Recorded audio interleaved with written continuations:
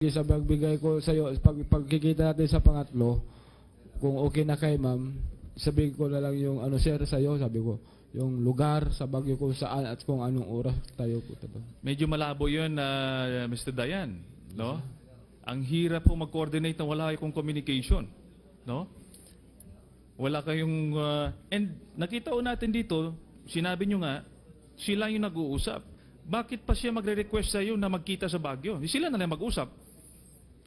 Kaya nga po sir, sa akin niya pinadaan ulit eh. Sa akin niya At hindi pa niya binigay yung number, niya sa iyo. Paano kayo mag-coordinate? Eh paano kung nasiraan kayo along the way? Yun lang ang problema sir. Medyo malabo yung baka si ma'am na rin ang kukontak sa kanya. Medyo malabo yung kwento mo, Mr. Dayan, ano? Hindi siya logical, no? Sa Sir. panahon ngayon, yung coordination, kailangan malaman mo yan dahil maraming pwedeng mangyari, no? Anyway, doon sa Baguio, itanong ko lang, anong date ulit yon? November 22 sir. 2014. Opo. 2014.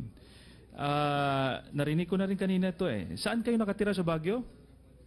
Microtel, naalala ko na sir. Microtel. Gaano kayo katagal sa Microtel? One night and one day lang sir. One night and one day. Opo. Ilang sasakyan kayo? Dalawa. Anong mga sasakyan to? Fortuner sa Innova. Fortuner at saka Innova. Opo. Sino yung mga kasama nyo nun? Ilan kayo? Bali sa Innova sir, 3 sila. 3 tapos? Sa lead car, kami lang ni ma'am. 3 kami din, pati yung driver. So 6 lang kayo? Opo. Kilala nyo ba ito? Ang 6 na to? Yung 4, maliban sa iyo at sa kay Senator De Lima. Kilala ko po sir. Sino mga ito? Si Junel, si Badong, si Ernie, at saka yung driver ni ma'am. So driver. Yes sir, si yung tinatawag nilang Bantam. So anong dahilan? Bakit kayo umakyat ng Baguio? Anong ginawa nyo doon? Yan nga po yung request na gusto niyang makita si ma'am. Yun lang naman po. So sinabihan nyo si Senator De Lima na akit sa Baguio? Opo. Hindi ka ba tinanong bakit tayo akit sa Baguio? Yun nga po, sabi ko sa kanya, sir na, ma'am, gusto kayo makita ni Kirwin. So sa Baguio, sinabihan mo siya na gusto makita pero sa Baguio na kayo magkita? Pero sabi ko sa Baguio, kung gusto niyo, pwede sa Baguio. So sabi niya, okay. Okay. Wala nga kayong communication eh. Paano kayo magkita doon? So anyway, pagdating doon sa Burnham, sinabi mo ba yung kay Kerwin na doon kayo magkita sa Burnham? Opo. Alam mo ba kung gaano kalaki yung Burnham? Hindi, nagsama na kami nun, sir. Nung nilapitan na niya si ma'am, Kaya nga ang punto dito, paano nga kayong magkita? doon na po sa ano niya, sir, binanggit niya sa akin yung hintayin kita, sir, sa Binanggit personal nung nakita kayo? Yes, sir, doon sa tawag dito, sa pinag-check-inan nila. Anong ulit yun? Paano niya sinabi kung saan kayo magkita? Check-inan? Saan yun? Sa hotel? Sa Baguio. Yes, sir. So sinabi mo sa hotel kayo magkita? Ano bang kwento doon? Paano kayo mag-coordinate kung saan magkita? Tinatanong niyo po kung paano daw po kayo nag-usap, kung paano kayo magkikita sa Baguio. Yan nga po yung sa pagkikita namin doon sa yung pagplano namin. Doon. Nagplano kayo nung Samoa pa lang. Yes, sir.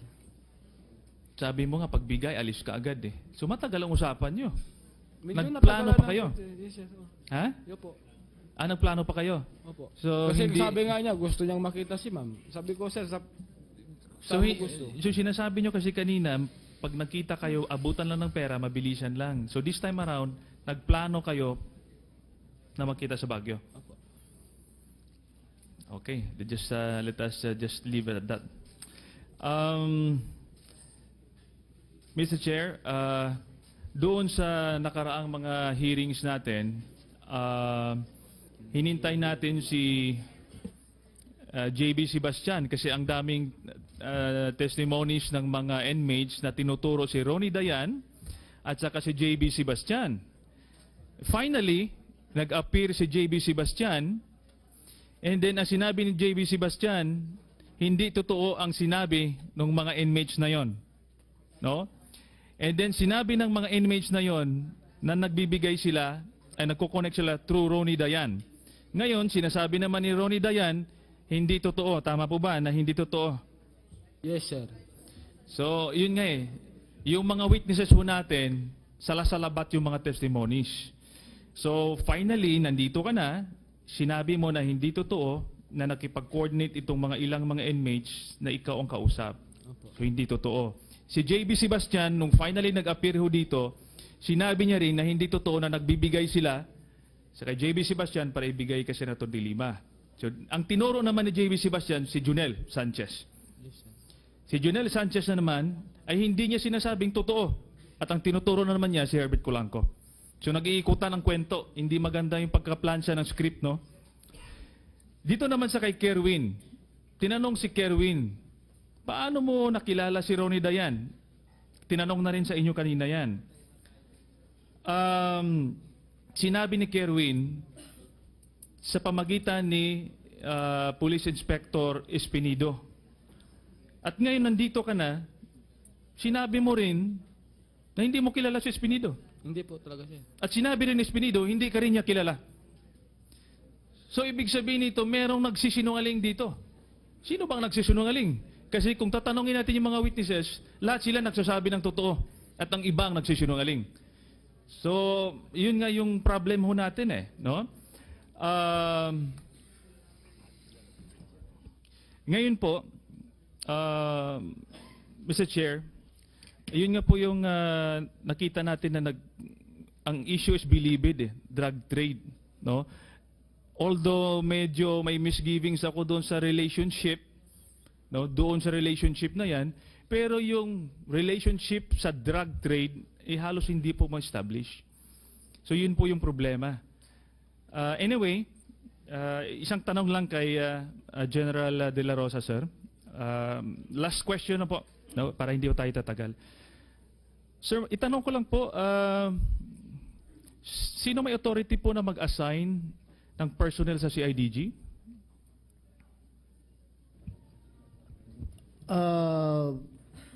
Ako yun, ano?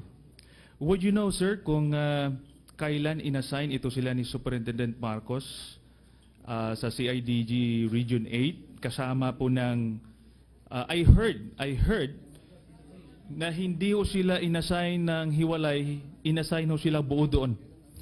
So, Totoo yan, Your Honor. So, may I know po kung kaninong authority ang pag-assign ho doon? Sa akin po, Your Honor. Ako So, you're po aware po, nag-assign. sir, na buo silang inassign ho doon? Yes, Your Honor. I instructed my director for personnel and records management na itong mga tao na ito ilagay sa CIDG. Then, I called up Director CIDG that itong mga tao ito ilagay sa CIDG Region 8, Your Honor. So, before they were assigned to CIDG Region 8, they were not part of CIDG? Parang may iba ata na dati na, Your Honor, pero a number of them ay from outside CIDG. Yung iba from Region 8. Basta hindi sila originally CIDG. Nilagay lang doon. So, sabay-sabay silang inassign doon? Yes, Your Honor. Sige. Thank you, sir. That would be all, Mr. Chairman. Maraming salamat po. Thank you. 1 minute suspension kasi yung witness natin nagwiwi lang. Code na yan. Guess what wiwi means. Mga and then nasaan na yung ano.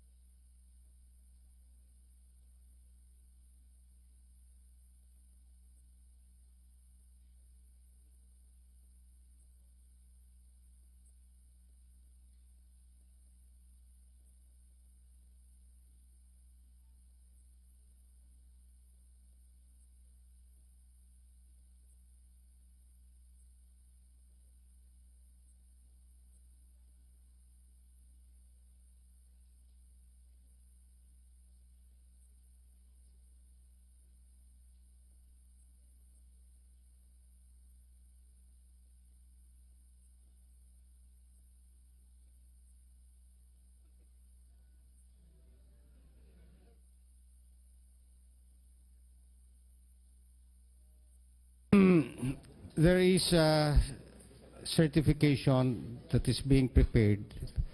So, to make use of the time, tatanong lang ako kay Mr. Dayan para maayos naman itong mga puwang sa testimony. Mr. Dayan, Yes, sir. kailan ka naging driver ni Secretary de Lima? Since 2007 po, sir. 2007. Ilan ang sasakyan noon? Isa lang po yung naabutan kong sasakyan ni ma'am, sir. Isa lang, isa Opo. pa. Hanggang kailan ang iisa lang sasakyan niya? Ang matagal, Ilang sir, taon? hanggang doon sa pag-upo niya na sa, yung sarili lang niya po, sir, ah. Yung Ah. sarili lang niya. Matagal po. So, iisa lang sasakyan niya from 2007 until umupo siya as DOJ Secretary. Opo, sir. Doon sa seat, sir, meron namang issue sa kanila. Okay. Nung naging DOJ Secretary siya, kailan yon? 2010 po. 2010. Ilan ang sasakyan niya kasamang issue? Pali yung issue, dalawang bigay sa kanya, sir, eh. Isang Starik, una, Fortuner, Starik, saka yung dalawang Rebo na sasakyan ng mga Security. security. Dalawa ginagamit na sasakyan ng security. Opo, sir. Ikaw ay driver, security Opo, at the sir. same time. Opo. Pero mas driver ka kaysa pagiging security. Mas malamang po ang pagdadrive. Huwag mong sabihin malamang kasi hindi tayo nanguhula. Mas driver ka o mas security ka? Alin? Mas, ano po ako sa driver? Mas driver. Ibig sabihin, noong DOJ Secretary na siya sa 2010 yan, ano? Yes, sir. Ikaw ang driver ni DOJ Secretary. Dalawa po kami, sir. Meron ba tayong sasakyan na dalawang driver? Hindi, magpapalitan po. Nagpapalitan. Opo. Sino yung pangalawang driver? Yung tinatawag namin na Bantam, Rolando ang pangalan niya, sir. Alternate driver lang siya. Opo. 1 to 10, malamang ilang porsyento lang siya nagiging driver. 90% ka na driver, 10% lang yung si Bantam. Parang ganun po, sir. Okay. So kung 90% ka na driver, ulitin ko, no? Driver ka. Pag nagpupunta si Secretary de Lima sa Bucor, ikaw ang nagmamaneho. Minsan po, hindi palagi. Uulitin ko, 1 to 10, 90% kang driver o 10% kang driver o ano? Mas lamang po ang pagdadrive ko papuntang sa kanya, sir. Okay. Didiretsin mo, ha? Huwag kang paligoy-ligoy. Naninilikado tuloy yung pagiging witness Kasi po, mo sir, sa minsan hindi Witness naman Protection Program. So, Mr. Dayan, makinig ka. Under Section 36, Rule 130 ng Rules of Court, ikaw ang competent witness. Ikaw ang magtitistigo, magsasabi sa lahat ng alam mo. Hindi yung sa abogado mo. Ha? Mag-a-advise lang ang abogado, sasabihin huwag kang sumagot dahil iniipit mo ng sarili mo dyan, nagkakaroon ka na ng incriminating testimony or baka madisgrasya ka, ma-false testimony ka pa. Simple lang ang mga tanong ko. Okay? Pag nagpupunta si Secretary de Lima sa Bucor, there are 1 to 10 or 1 to 100, 90% ikaw ang driver. Opo. 10% lang si Bantam. Opo.